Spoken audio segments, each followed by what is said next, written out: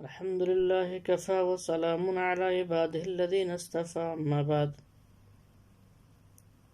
قال النبي صلى الله عليه وسلم عن أنس بن مالك رضي الله عنه قال قال النبي صلى الله عليه وسلم تصحروا فإن في السحور بركة. رواه البخاری و مسلم. محترم ناظرین، السلام علیکم ورحمۃ اللہ وبرکاتہ.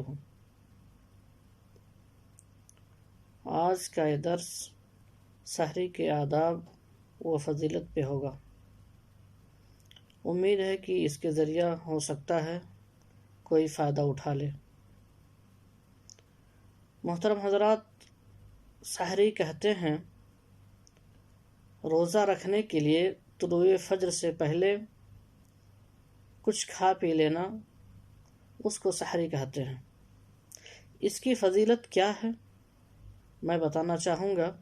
حدیث میں ہے، اللہ کے رسول صلی اللہ علیہ وسلم نے فرمایا، راوی حدیث انس بن مالک رضی اللہ عنہ ہیں، وہ بیان فرماتے ہیں کہ اللہ کے رسول صلی اللہ علیہ وسلم نے فرمایا، تصحروا فإن فی السحور برکہ، کہ اے مومنوں، اے روزے دارو، سحری کرو کیونکہ سحری میں برکت ہے.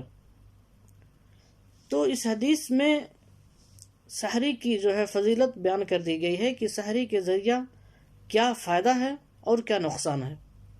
سب سے پہلا فائدہ سحری میں یہ ہے کہ انسان کو یہ سحری پورے دن اس کو توانا رکھتی ہے، اس کو طاقت دیتی ہے، تاکہ دن کے اندر وہ اپنے آپ کو لاغر اور کمزور محسوس نہ کرے.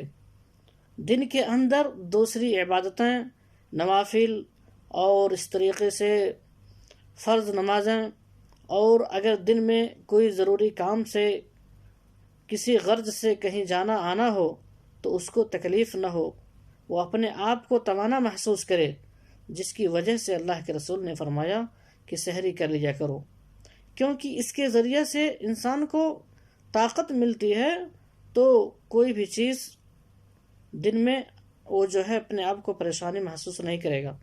کیونکہ اگر نہیں کرتا ہے تو عین ممکن ہے کہ وہ اپنے آپ کو کمزور محسوس کرے اور ہو سکتا ہے روزہ بھی توڑ دے. تو محترم دوستو، سحری کیا کرو. اس کے ذریعہ پہلا جو فائدہ ہوگا وہ یہ ہوگا کہ آپ پورے دن اپنے آپ کو طاقتور محسوس کریں گے.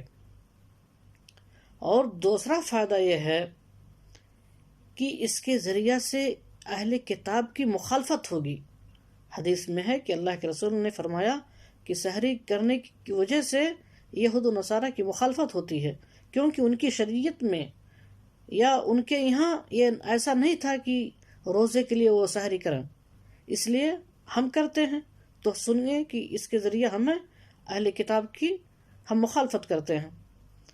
اور جو تیسرا فائدہ ہے وہ یہ کہ آدمی فجر کے وقت جاگتا ہے تو فجر کے وقت کی دعاؤں اور استغفار میں اپنے آپ کو شریک کر پاتا ہے، اپنے آپ کو فجر کی نماز سے محروم نہیں ہو پاتا ہے، اپنے آپ کو وہ فجر کی نماز سے غافل نہیں کر پاتا ہے. کیونکہ حقیقت میں جب آپ سحری کے لیے اٹھیں گے، آپ سحری کھائیں گے تو اس کے بعد آپ نماز کے لیے بھی جائیں گے اور ذکر و اذکار بھی کریں گے. آپ کو معلوم ہے کہ اس بابرکت مہینے میں صبح کی عبادت بڑی پیاری عبادت ہوتی ہے، اللہ رب العالمین قبول کرتا ہے. یہ دعا و استغفار کا وقت ہوتا ہے، جیسا کہ اللہ تبارک و تعالیٰ فرماتا ہے، وَبِالْأَسْحَارِ هُمْ يَسْتَغْفِرُونَ. سورہ ذاریات کی آیت ہے کہ سحر کے وقت اللہ رب العالمین سے استغفار کرتے ہیں. تو پتہ چلا کہ یہ وقت جو ہوتا ہے توبہ و استغفار کا وقت ہوتا ہے. تو آدمی اگر صبح اٹھتا ہے تو اپنے آپ کو توبہ و استغفار سے بھی محروم نہیں ہو پائے گا، وہ اس میں بھی شریک ہو جائے گا. تو پتہ چلا کہ سحری کی فضیلتیں اور اس کے بڑے فائدے ہیں.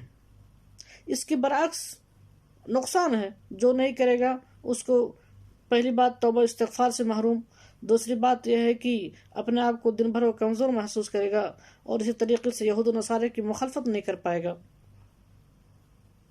تو سحری کرنے میں بڑے فائدے ہیں. اب بتاتا چلوں کہ سحری کے آداب کیا ہیں.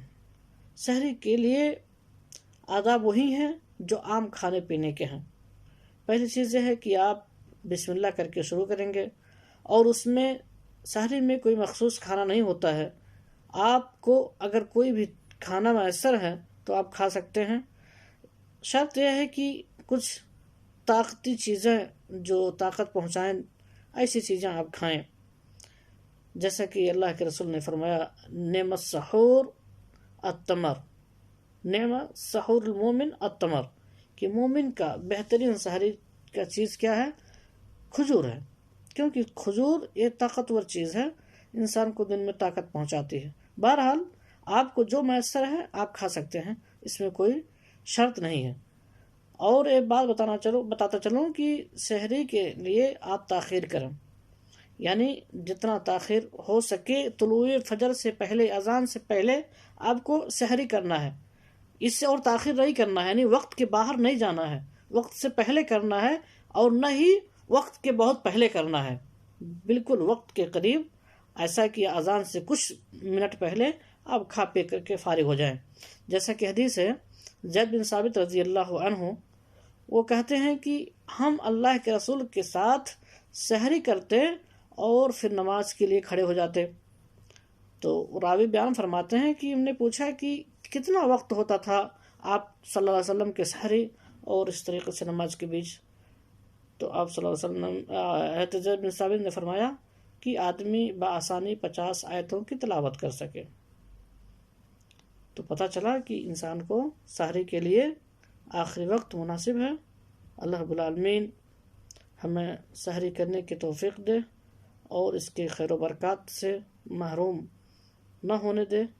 امید ہے کہ آپ سبھی لوگ میری باتوں کو سمجھیں گے اور سحری کرنے میں تاخیر نہیں کریں گے، اور وقت پر سحری کریں گے، وقت سے پہلے نہیں کریں گے، وقت کے بعد نہیں کریں گے، بالکل وقت پہ کریں گے۔